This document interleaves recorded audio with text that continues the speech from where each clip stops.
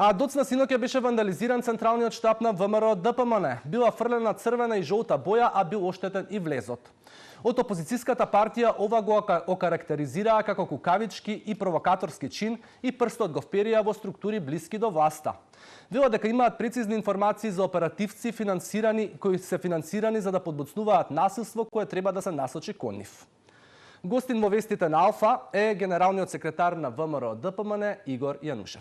Господин Јанушев, добар ден. Добар ден, благодарам за поканата. Вашата партија вели дека ова се провокации кои што треба вас да ве представат во негативно светло и прстот го вперувате во структури блиски до власт. На што го темелите ова тврдење? Ова тврдење го темелиме врз основа на фактот дека имаме сериозни индици и информации дека во последниот период структури од Социјалдемократскиот сојуз заедно со структури од власта повеќе пати во низ Скопје и скопските кафулиња се сретнувале со одредени групи од да кажеме македонското или скопското подземје кои што биле на некој начин мотивирани да предизвикуваат немири се социјално да се оцрни ВМРО ДПМН, да се легитимира и на некој начин да се тргнат сите оние аргументи кои што ги имаме и да пробаа значи да го одземат она што се обидуваме да го направиме, тоа е да ги заштитиме националните интереси и да се бориме со сите демократски и институционални механизми против овој штетен договор, капитулантски договор за Република Македонија.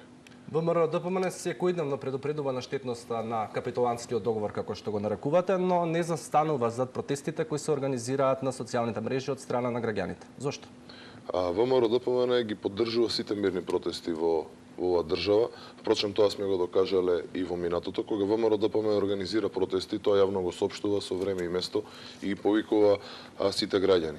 Истовремено исто така го осудуваме и насилството, особено го осудуваме значи и начинот на кој што полицијата се справува и непотребно и прекомерно потребува сила, шок бомби, гумени куршуми и сето она што имавме прилика да го видиме во минатото. Меѓутоа ќе повторам уште еднаш, ВМРО ДПМН секогаш поддржувала и ќе поддржува мирни протести. Впрочем, тоа е и демократски начин да се изрази незадоволството, односно волјата на народот, што гледаме дека во последниот период и како граѓаните го искажуваат против штетниот капитулантски договор. Кој е вашиот план? Како ќе го спречите спроведувањето на овој договор? Видете, прво треба да кажеме две работи во однос на договорот или две лаги кои што се обидуваат од власта да ги лиферуваат во јавноста. Првата е дека после овој договор ќе се живее подобро. Тоа не е точно. Не е точно бидејќи дали ќе се живее подобро зависи од тоа кој води оваа држава. А во изминатата година и неколку месеци веќе видовме дека оваа влада не само што не знае како да води државата, туку имаме колапс до колапс, како на економски така и на политички план. Втората лага е дека ова што сега го направија и кои што не убедуваат дека морало да биде така, ја тврдиме дека воопшто нити морало, нити требало да биде така. Значи, се она што се направи е бришење на македонскиот идентитет, бришење на јазикот, бришење на националноста или ајде да кажеме поистоветување. Премиерот вели успел да се избори за идентитетот и за јазикот. Мислам дека после сите изјави кои што ги имаме чуено од страна на премиерот дека нема жив човек во Република Македонија кој што верува веќе во зборовите на премиерот. Тој истиот премиер излегуваше многу пати по медиумите каде што јавно се колнеше во своите предци, во своите деца дека нема ни да помисли да го чепне уставот, дека тоа се нашите корења. Меѓутоа гледаме денеска што се случува. Така да ќе повторам уште еднаш, нема жив човек што мислам дека верува во она што премиерот го кажува.